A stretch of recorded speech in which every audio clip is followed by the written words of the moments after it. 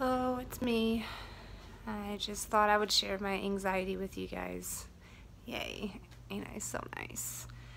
Right now I feel like my chest is going to just explode. I I have so much stress going on in my life. It's ridiculous, but I feel like I can't breathe and it's just awful. But anyways, I just watched a video and it was a guy giving like 5 reasons of why a bipolar relationship will not work.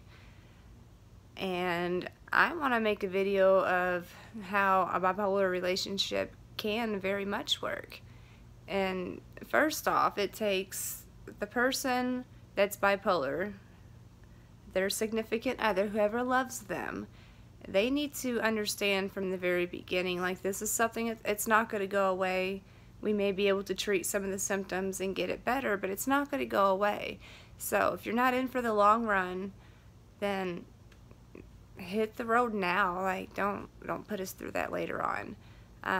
But I know that it can work. I'm in a relationship right now where it works very well. My husband sacrifices a lot for me, and you know, he lets me have my moments and he doesn't take it personal, and that's, I think, one of the best things that you can do, being the victim, I guess I should call you, is the victim of whenever we're having our bad episodes.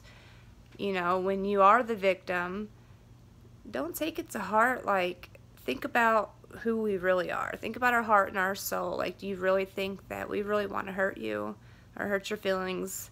We really don't. It's we can't control it, and then sometimes we get so deep into it we don't know how to stop it, and then I'll get to where I'm so embarrassed I'll just want my husband to come and hug me so he can end it, but I'm too embarrassed to even show my face because of the way that I just behaved.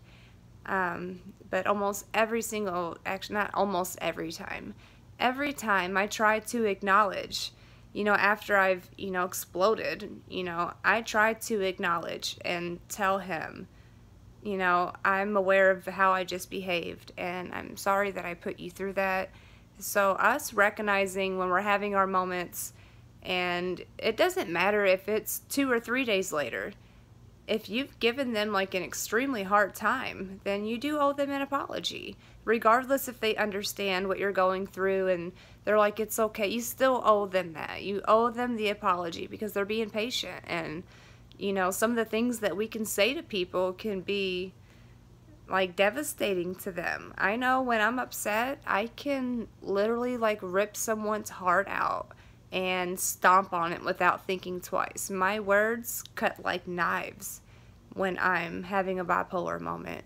So when I go to my husband and I apologize and he tells me, it's okay, honey, I love you. I know you're stressed out. It makes me feel guilty because he always gives me an excuse for the way I behaved. But at the same time, it makes me love him so much because he understands it's not anything personal to him. And that's the best thing you can do, is don't take it personal. And sometimes we want the fight to end so badly. And, you know, I've told my husband this a couple times, you know, sometimes just come and try to hug me.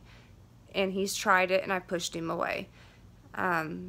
So that would be like kind of a hit or miss, but sometimes we really need you guys to help us end the argument, because arguing is one of the biggest reasons why our relationships don't work.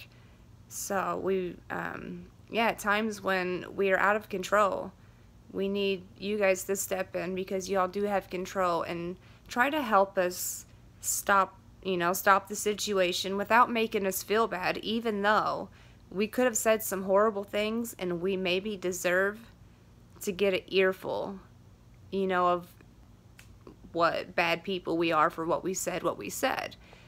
But understand, that's not coming from hate, it's coming from a disorder. And we don't truly mean it. And like, I love my husband so much, and I don't know what I would do without him. And I'm witness to that relationships can definitely survive. You just have to be very strong, patient, translucent. Let us know everything that's going on with you. Be very open with us and very forgiving. And please don't take it to heart.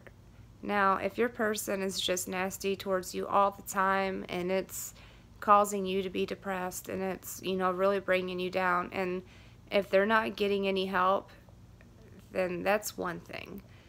If they're getting help, then you owe them a little bit, give them a little bit of slack, and at least they're trying, and see if you can help them shut down the argument and smooth things over a little bit faster. If they're not getting help, if they're not going to psychiatrists, if they're not going to therapy, or they're not getting medication the correct way, like through a doctor, if that's the case, you have a hell of a road in front of you. And that person needs to get some help, and it's up to you. Don't decide that you want to take it on, but then be pissed off at them when they have an episode. Either you're there or you're not. You have to be fully committed. Yeah, that might be unfair, but it's unfair that we were dealt this hand and we have this disorder. I wish I could snap my fingers and make it go away, but I can't. All I can do is, try to tell my family some of my triggers. Talk to your family. Tell them these little things is what pisses me off. Like, if this isn't done and I see it, it's going to piss me off. So what are they going to do? They're going to start making sure, they take care of that. So it takes away one of your triggers. So it's very important to share your triggers with your family.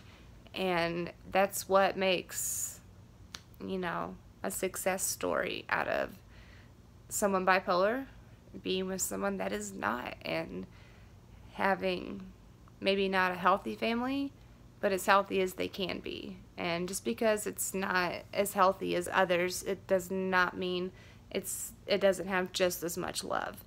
Because I have so much love for my family, and I can be the craziest bitch ever, but I can't even imagine that anybody has as much love for their people as I do for mine. And of course everyone says that because we love ours like we're supposed to, because they're our babies, they're our sisters, they're our brothers, they're our mothers, our fathers, they're ours. And we want to make sure we take care of them, and in return they help take care of us. So when you're in the wrong, once you calm down, at least apologize to them. Let them know, I recognize what I did in this situation. I'm sorry for what I said. I did not mean it. Acknowledge all points. If you're able to calm yourself down, acknowledge all points of what you said wrong.